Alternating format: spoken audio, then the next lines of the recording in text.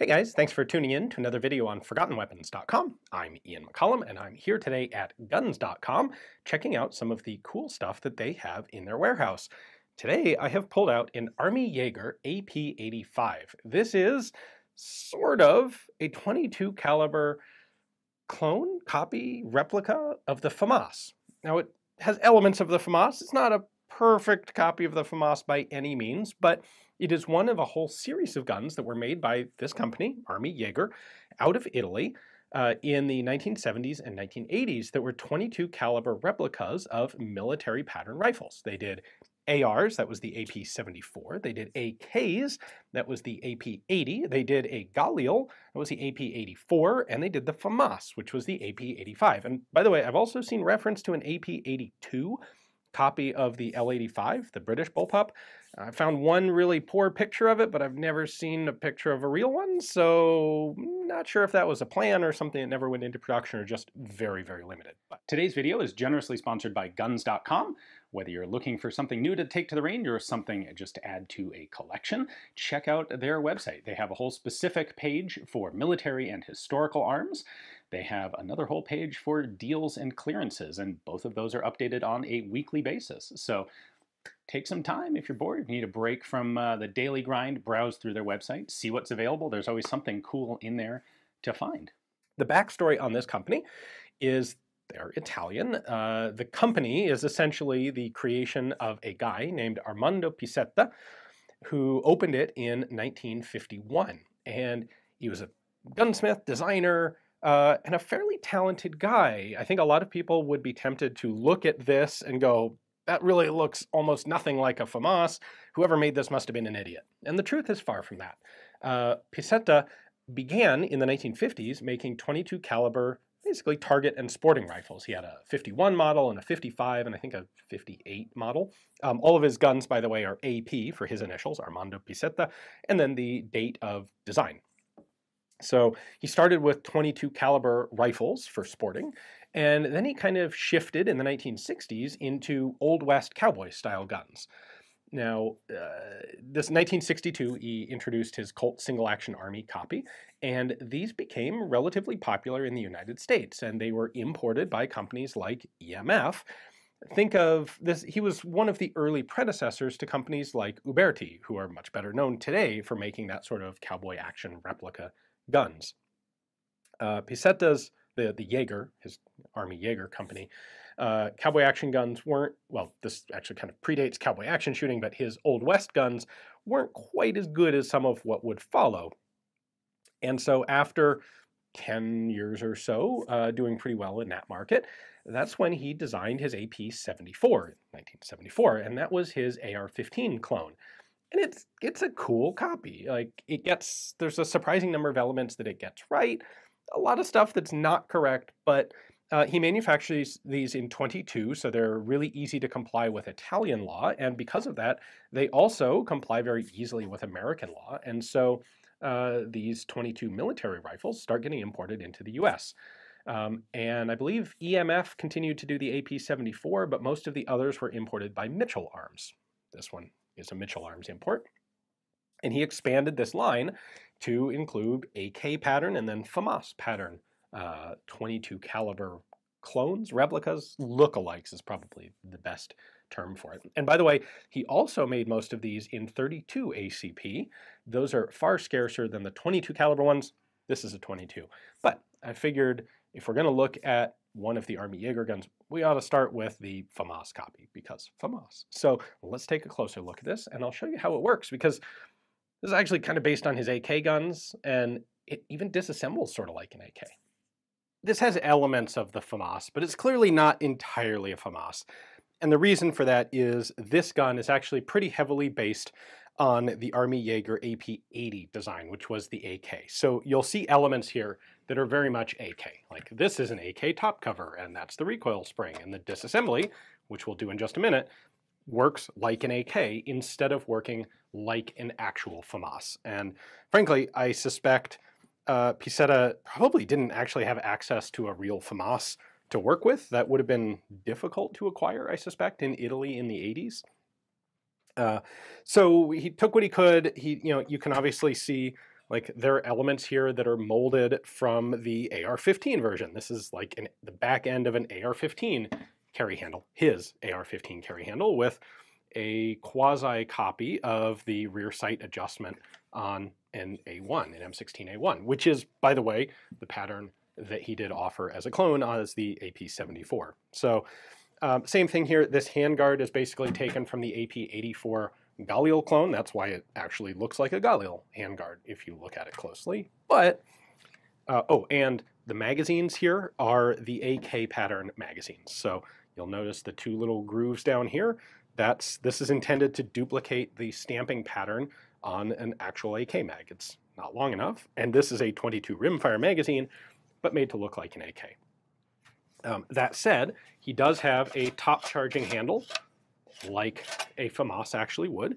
Now it's got a safety lockout right there, which the FAMAS does not have.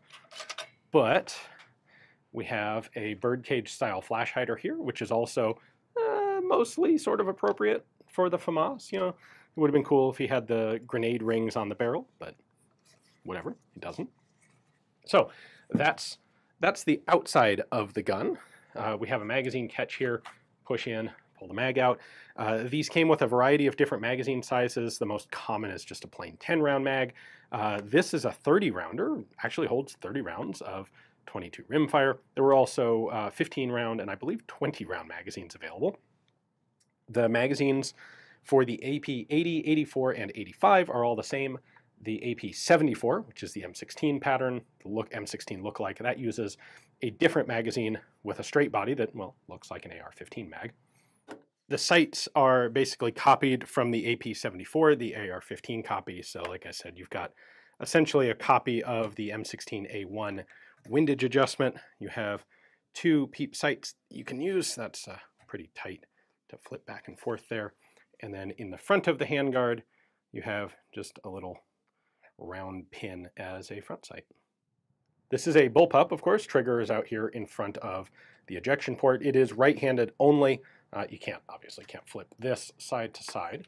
If we want to disassemble it, just like an actual AK, we'll push that in, and then I can lift off the top cover here, which comes off. If we take a bit of a closer look here, we'll see we have, I'm charging it manually here, we have a bolt right there. These are hammer fired, so there's your hammer. Recoil spring right here, and the recoil spring is connected to this sort of lever. So to take this apart, I'm going to pull this recoil spring piece off. There we go. That's a separate component. And then I can take the recoil spring itself out. This piece, oh, there it goes, is set inside against these two pins. So it goes in forward like that and rests right there. So easy to take out. And that's just a retainer for the main spring. And it's cocked, so we can pull the bolt back and it just lifts out at the end of travel. You'll notice on this side, it looks solid, so it'll fill up the ejection port in the gun, right there, but it's actually cut away. So in order to keep the bolt light enough to cycle as a simple blowback, 22 rimfire, that's what this is, just plain blowback, it's all hollow on the back side, which you can't see when it's assembled. Got a firing pin there at the top, being a rimfire. That's kind of all there is. There's a spring-loaded firing pin. The ejector is a fixed ejector built into the magazine well there. Sorry, the inside of this is a little dirty, as 22s often are.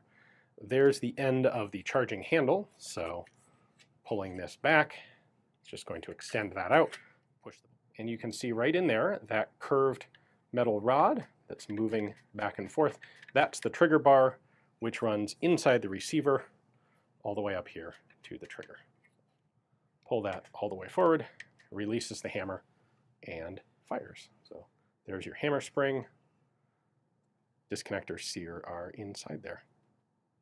There is a manual safety here. It's on the left side of the gun, and up is in the safe position, back is the fire position. So it's not in the right place to duplicate a FAMAS, which would of course have the safety up in here. It's not the right direction to duplicate anything, but hey, at least you get a safety.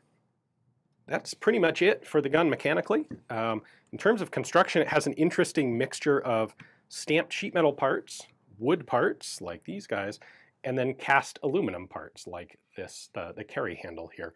And you can kind of see the difference in finish. These are, it looks like painted, and then you've got sort of a parkerized, a phosphated sheet steel there, your brown wood. It really is a gun with some character unique to itself. The AP85 here is the last of Piscetta's designs. Armi Jager would go out of business in 1993 or 94, essentially just because Armando Piscetta was getting old and retired and shut the company down. So these are pretty scarce to find today. Parts for them are particularly scarce. So if anything breaks on one of these, you're kind of in trouble trying to find any replacements. But they're pretty cool. Like, they're, in a way, they have an element, I think, of craftsmanship to them that we don't really see in some of the replicas today. Piscetta didn't have the ability, didn't have the capital to work in polymer molds. So these guns are wood and actual metal, and they're kind of cool for that reason. They have a different character to them than some of the modern .22 caliber military rifles we see today. He also had sort of a different vision of what was important to replicate. And so we get some elements that are surprisingly accurate and some elements that are wildly inaccurate. And overall, at the time they were new, it probably would have been easy to dismiss them as that doesn't look anything like an actual FAMAS. Today, they've got a character really kind of all their own, and that makes them kind of cool. So I'll see if we can do some videos in the future on some of the other Armi Jager designs, but I thought this would be a good one to start with. Hopefully you guys enjoyed the video. Thanks for watching.